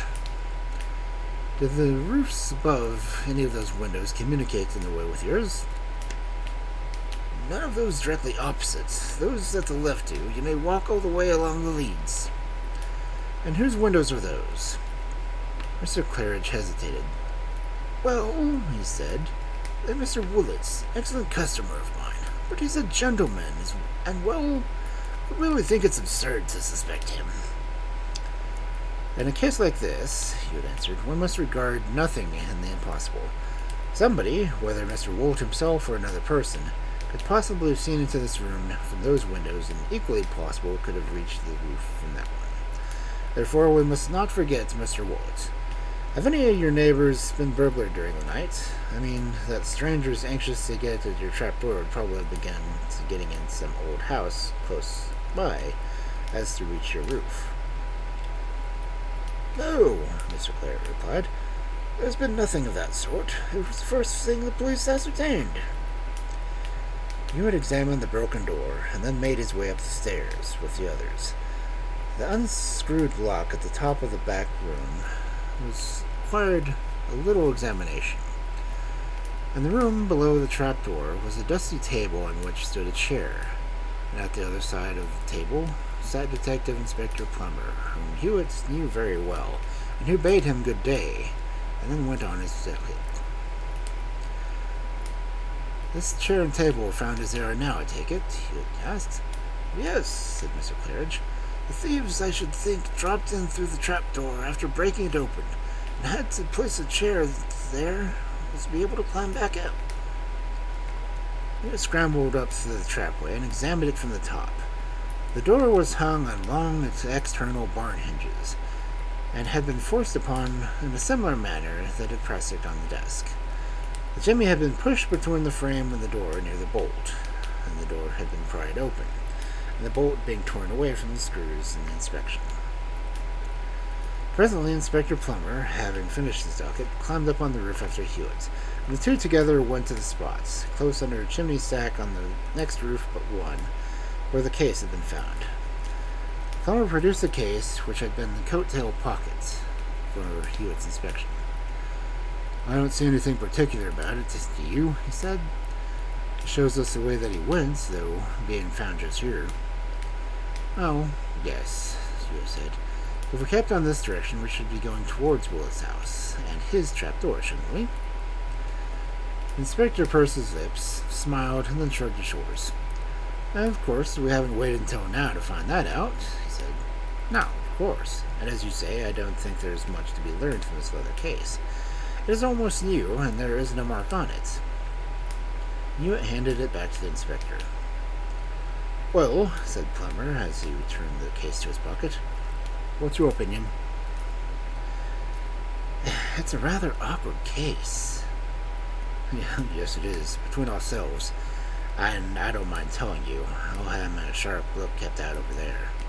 Plummer jerked his head to the direction of Mr. Wart's chambers. This robbery is an unusual one, and only two possible motives, the sale of the Cameo or keeping of it. The sale is out of the question, as you know. The thing is only sellable to those who call with a thief at once, and who wouldn't have the thing in their places for anything. So that is, it must be taken to keep, and that's the thing nobody but the maddest of collectors would do, just as the person is. And the inspector nodded again towards Mr. Wart's quarters. Take that with the other circumstances, he added. And I think you'll agree that it's worthwhile looking a little farther that way. Of course, some of the work, taking off the lock and so, looks rather like a regular burglar, but it's just possible that anyone badly wanting the Cameo would hire a man who was up to the work. Yes, it is possible. Do you know anything about Hahn, the agent? Plummer asked a moment later. No, I don't. Have you found him yet? I haven't found him, but I'm after him. I found he was at Charing Cross a day or two ago, booking a ticket for the continent. Well, that and his falling to turn up today seem like it make it worthwhile not to miss him if we can help it. He isn't the sort of man that lets a chance of drawing a bit of money go for nothing. They returned to the room. Well, Lord Stanway, what's the result of the consultation? We've been waiting here very patiently to hear what you two clever men have been discussing in the matter on the roof. On the wall just beneath the trapdoor, a very dusty old tall hat hung on a peg. This he took down and examined very closely, smearing his fingers with the dust from the outside lining. Is this one of your valuable encrusted antiques? He asked with a smile at Mr. Claridge. That's only the old hat that I used to keep here for best of bad weather, Mr. Claridge said, with some surprise of the question. I haven't touched it for more than a year or more. Oh, then you wouldn't have left it here by your last night's visitor, Hewitt replied, carelessly pasting it on the hooch. You left it here at 8 last night, I think. 8 exactly. Within a minute or two. Just so. I think I'll look at the room on the opposite side of the landing, if you let me. Certainly, if you'd like to, Claridge replied. But they haven't been there. It's exactly as I left. Only a lumber room, you see, he concluded, flinging the door open. A number of partly broken up packing cases and littered about the room with much old rubbish. Hewitt took the lid of one of the two nearest looking packing cases and glanced at the address label. Then he turned to a rusty old iron box that stood against the wall. I should like to see what's behind this, he said, tugging at it with his hands. There's a heavy and dirty, and there's a small crowbar about the house, or some similar lever. Mr. Claridge shook his head. Haven't such a thing in the place, he said. Never mind, Hewitt replied. Another time we'll do a shift in that old box, and perhaps, after all, the little reason of removing it. I think I'll just walk around to the police station, and speak to the constables who are on duty opposite tonight. I think, Lord Stanway, I have seen all that is necessary here. I suppose, says Miss Claridge, it is too soon yet to ask if you have formed any theory in the matter. Well, yes, it is, Hugh answered. But perhaps I will be able to surprise you in an hour or two. But that I don't promise. By the by, he added suddenly, I suppose your use of the trap door bolted last night? Certainly, Mr. Claridge answered. How could the bolt have been broken? As a matter of fact, I believe the trap hasn't been opened for months. Mr. Cutler, do you remember the trap door was last opened? Mr. Cutler shook his head. Certainly not for 6 months, he said. Very well. It is not very important. As they reached the front shop, a fiery old gentleman bounded in from the street and stumbled over an umbrella that stood in the dark corner, kicking it 3 yards away. What the deuce do you mean, he roared at Mr. Claridge, by sending these police people smelling around my rooms and asking questions of my servants? What do you mean, sir, by treating me as a thief? Can't a gentleman come into this place and look at an article without being suspected of stealing it, when it disappears through your wretched carelessness? I'll ask my solicitor, sir. There isn't a remedy of this sort of thing. And if catch another of your spy fellows on my staircase or crawling about my roof, I'll shoot him. Really, Mr. Willett, began Mr. Claridge, somewhat abashed, but the angry old man would hear nothing. Don't talk to me, sir. You shall have talked to my solicitor. And I am to understand, my lord, turning to Lord Stanway, that these things are being done by your approval. Whatever's being done, Lord Stanway answered, is being done by the police on their own responsibility and entirely without prompting, I believe, by Mr. Claridge, without suggestion of any sort for myself. I think that the personal opinion of Mr. Claridge, certainly my own, is that anything like suspicion of your position in this wretched matter is ridiculous. And if you will only consider the matter calmly... Consider it calmly? Imagine yourself considering such a thing calmly, Lord Stanway. I won't consider it calmly. I won't have it. And if I find another man on my roof, I'll pitch him. And Mr. Willett bounced again into the street again. Mr. Willett is annoyed, he had observed with a smile, and I'm afraid Plummer has a clumsy assistant somewhere. Mr. Claridge said nothing, but looked rather glum, for Mr. Willett was a most excellent customer. Lord Stanway and Hewitt walked slowly down the street, Hewitt staring at the pavement in profound thought. Once or twice Lord Stanway glanced at his face, but refrained from disturbing him. Presently, however, he observed, You seem, at least, Mr. Hewitt, to have noticed something that has set you thinking. Does it look like a clue? Hewitt came out of his cognition at once. A clue, he said. This case bristles with clues. The extraordinary thing to me that as Plummer, usually a very smart man, doesn't seem to have one of them. He must be out of sorts, I'm afraid, but the case is decidedly a very remarkable one.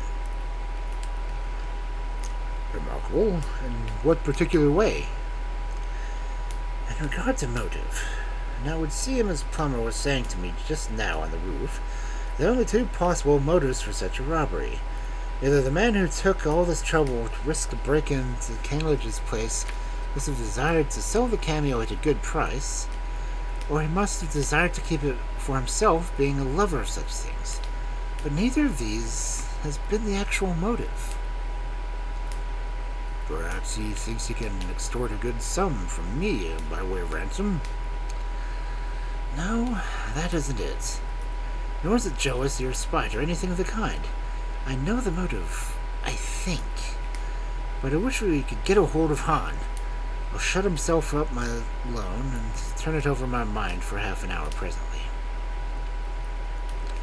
Meanwhile, what am I to know what to do, apart from all your professional subtleties, which I confess I can't understand? Can you get back the Cameo?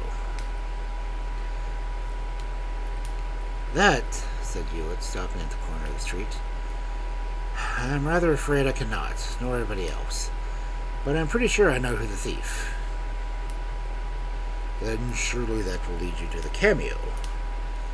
It may, of course, but then it is possible that by this evening you may not want to have it back at all. Lord Stanway stared in amazement. Not want to have it back? He exclaimed. Why, of course I shall want to have it back. I don't understand you in the least. You talk of conundrums. Where's the thief you speak of? I think, Lord Stanway, Hewitt said, that perhaps I had better not say until I am quite finished with my inquiries, in case of mistakes. The case is quite an extraordinary one, and quite a different character of what one would first naturally imagine, and I must be very careful to guard against the possibility of error. I have very little fear of mistake, however, and I hope I may wait on you in a few hours in Piccadilly with news. I have only to see the policeman. Certainly. Come whenever you please. But why see the policeman? They have already most positively stated that they saw nothing whatsoever suspicious in the house or near it. I shall not ask them anything at all about the house, Hewitt responded. I shall just have a little chat with them. About the weather. And with a smiling bow he turned away. Lord Stanway stood and gazed at him, with an expression that implied suspicion that his special detective was making a fool of him.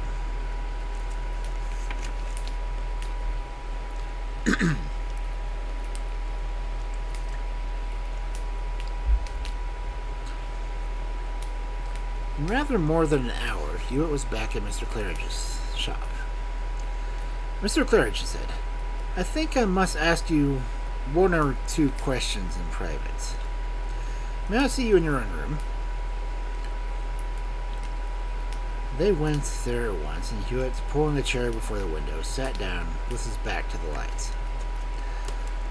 The dealer shut the door and sat opposite, with the full light in his face. Mr. Claridge, he proceeded slowly, when did you first find that Lord Stanway's Cameo was a forgery?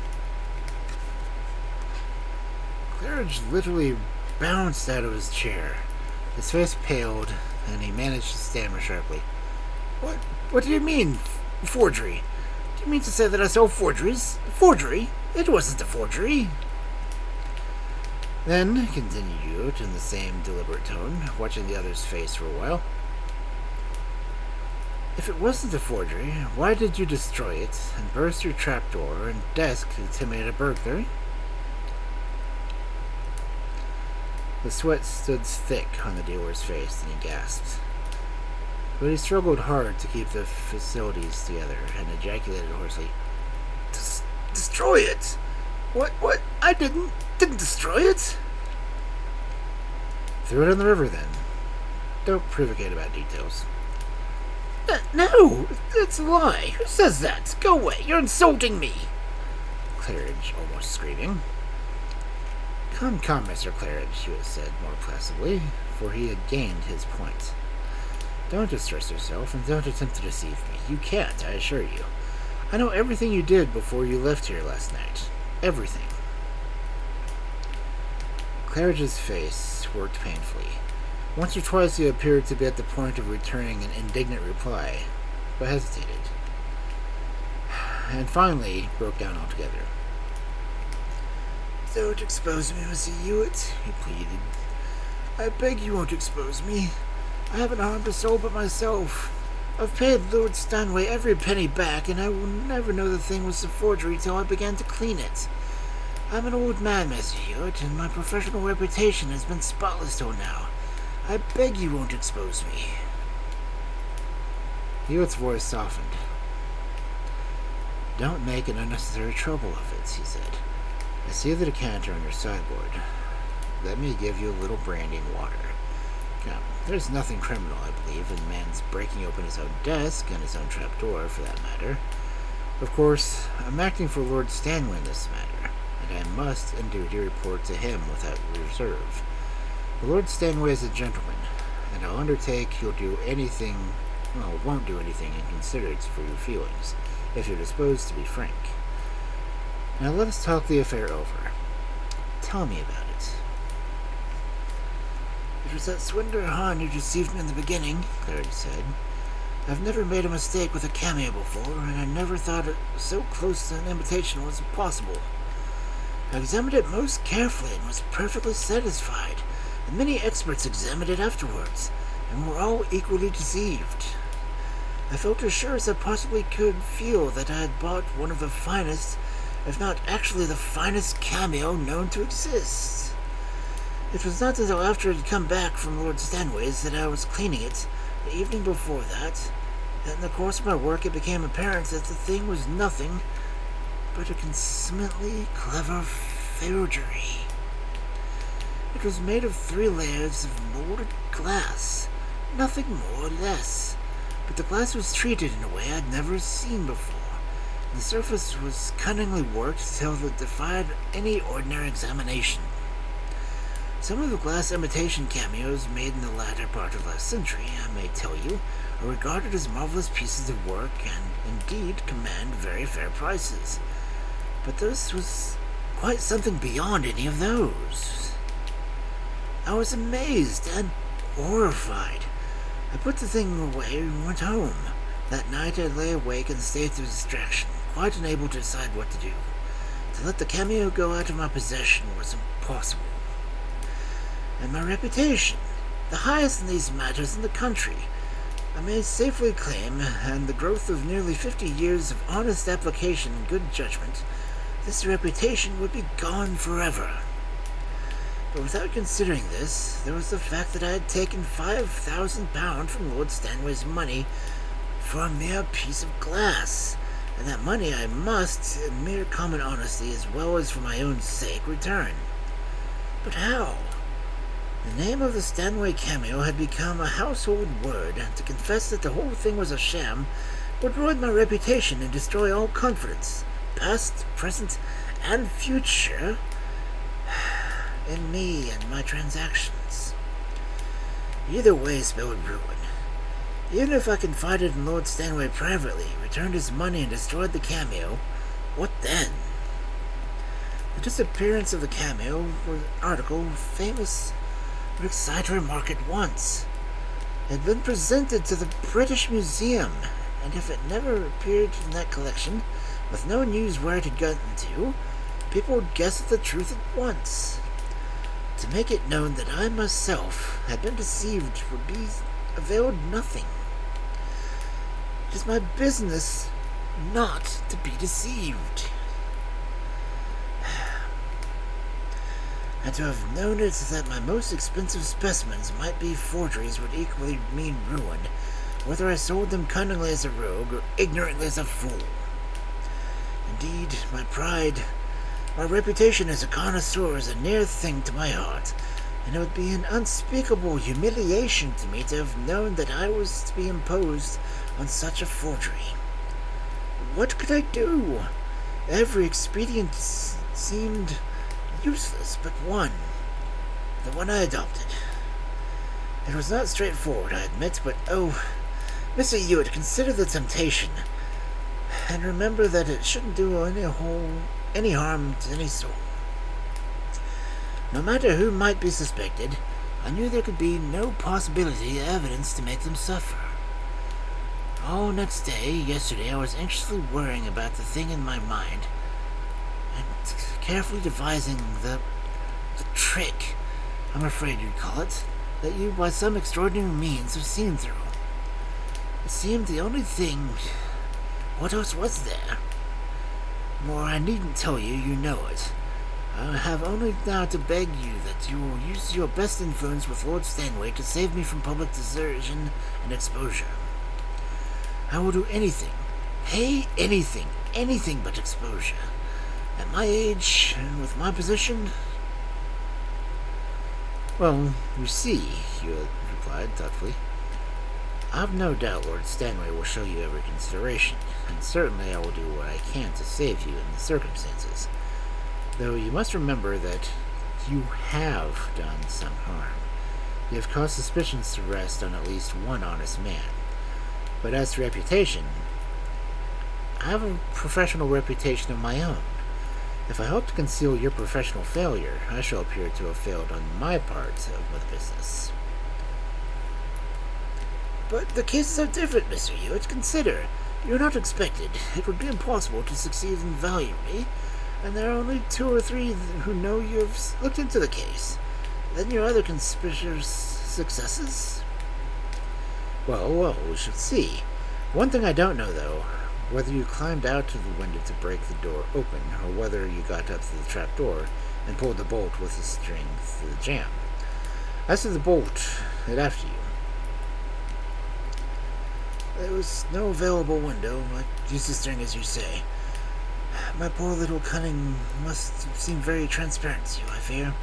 I spent hours of thought over the question of the trapdoor, how to break it open as to leave a genuine appearance, and especially how to bolt it inside after I had reached the roof. I thought I'd succeeded beyond the possibility of suspicion. How you penetrated the device surpasses my comprehension. How, to begin with, could you possibly know that the Cameo is a forgery? Did you ever see it? Never. And if I have seen it, I fear this should never have been able to express an opinion of it. I'm not a connoisseur. As a matter of fact, I didn't know that the thing was a forgery in the first place. What I knew was that the forgery was, in the first place, was that it was you who had broken into the house.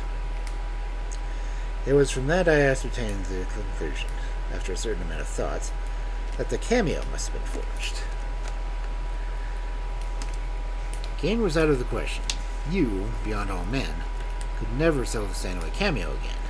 Besides, you had paid back Lord Stanway's money.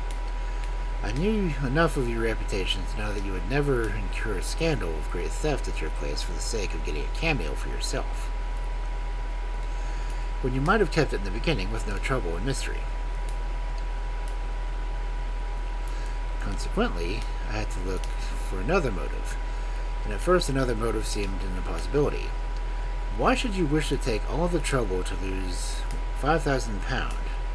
You had nothing to gain. Perhaps you had something to save, your professional reputation, for instance. Looking as so, it was plain that you were suppressing the Cameo, burking it, since once taken as you had taken it, it could never come to light again. That suggestion was solution of the mystery at once. You had discovered, after the sale, that the Cameo was not genuine. Yes, I see. But you say you began with the knowledge that I broke into that place myself. How did you know that? I cannot imagine a trace. My dear sir, you left traces everywhere. In the first place, it struck me as curious before I came in, that you had sent off the check for the £5,000 to Lord Stanway an hour or so after the robbery was discovered.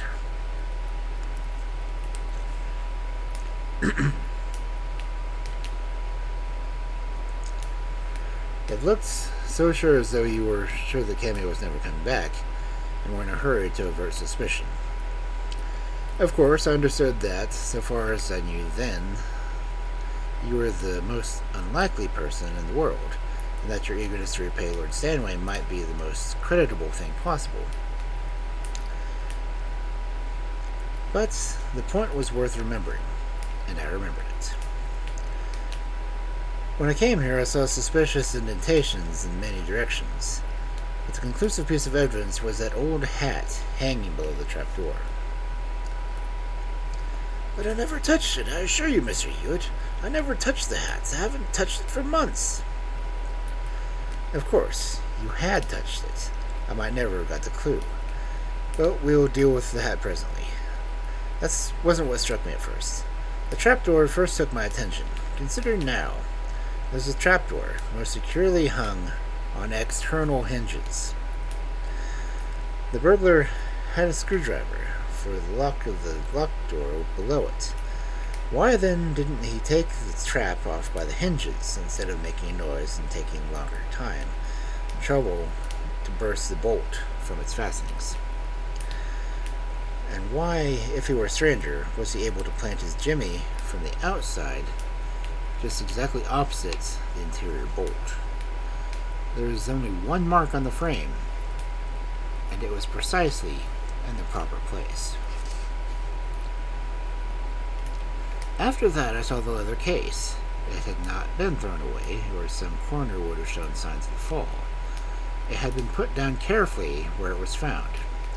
These things, however, were of small importance with the hat. The hat was, as you know, was exceedingly thick with dust, an accumulation of months. But on the top side, presented towards the trapdoor, there was a score or so of raindrop marks. That was all. They were new marks, but there was no dust over them. They had merely had time to cake and dry when the dust had fallen on them. Now, there had been no rain since a sharp shower just after 7 o'clock last night. At that time you, by your own statement, were in the place. You left at 8, and the rain was all over at 10 minutes to a quarter past 7. The trapdoor, you had also told me, had not been opened for months. The thing was plain. You or someone who was there when you were there had opened the trapdoor during or just before that shower.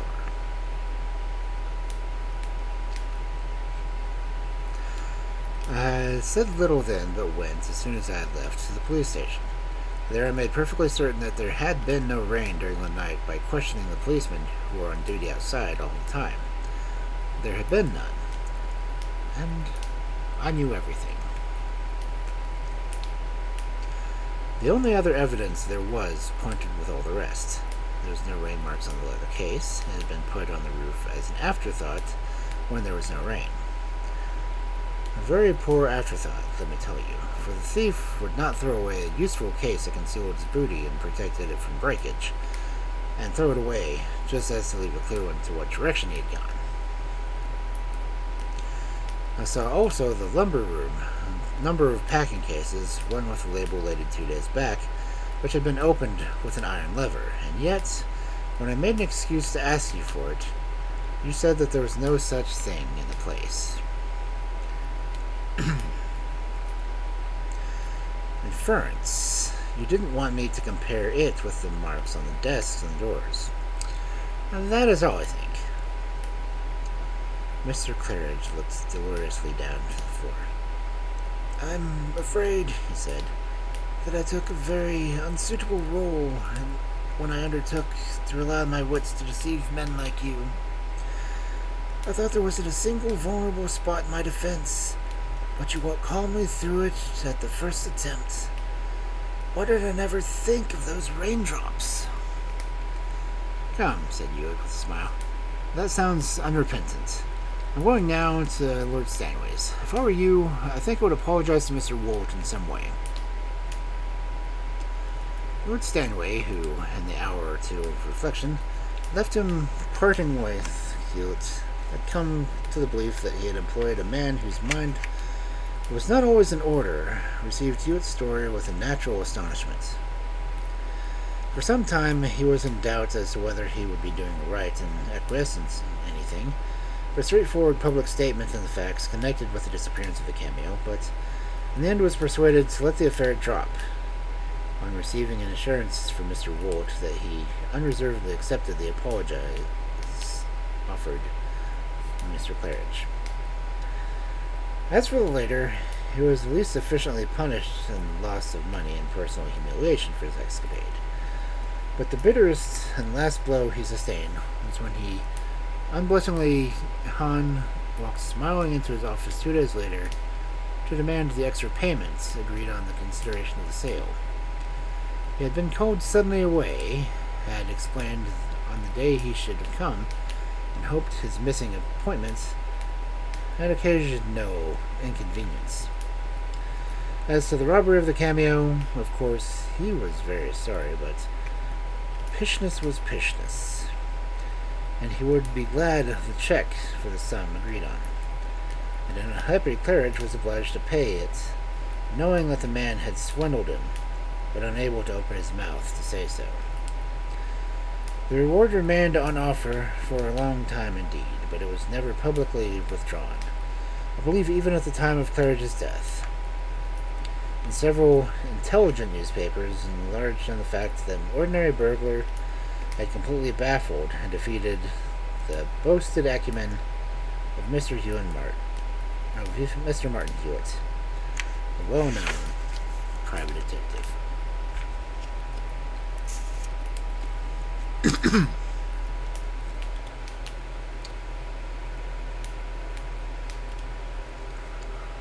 Okay. Don't guess the ads interrupted that at any time, did they? I hope not. And twerking on it? No.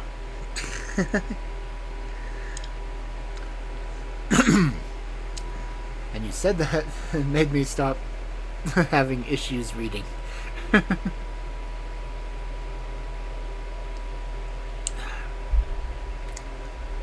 Okay. So let's see who might still be on. Trade.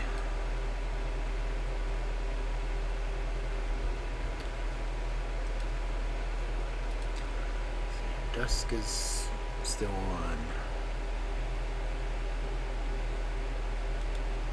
What do I have? What is all this? Okay, what did I get for Honky Reel? Okay, yeah.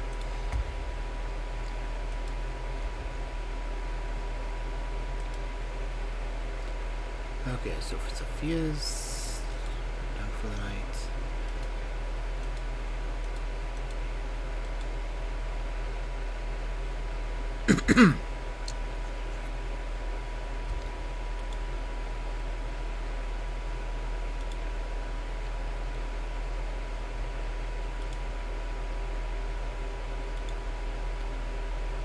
Does anyone have any raid suggestions?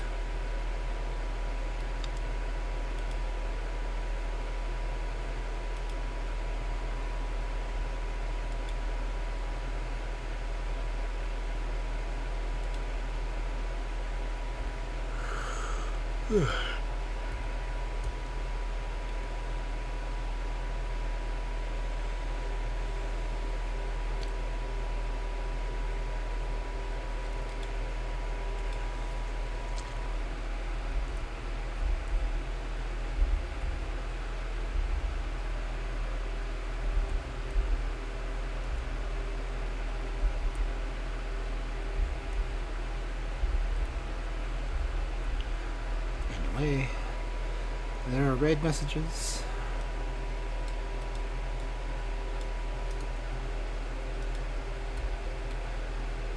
And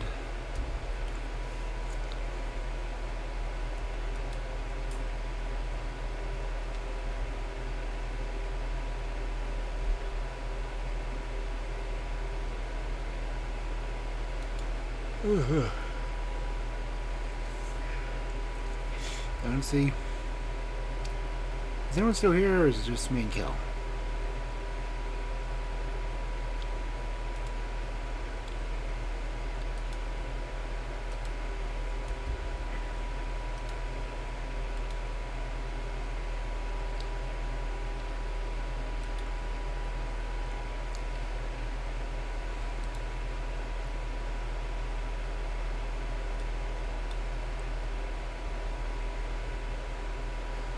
I think we're Radoni. I don't get the Radoni very often.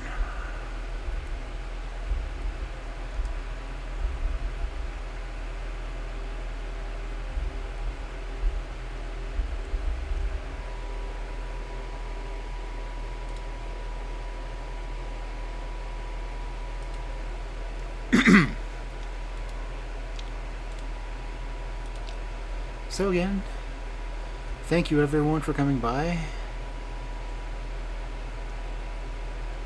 And I will hopefully see you tomorrow night for Fairy Tales.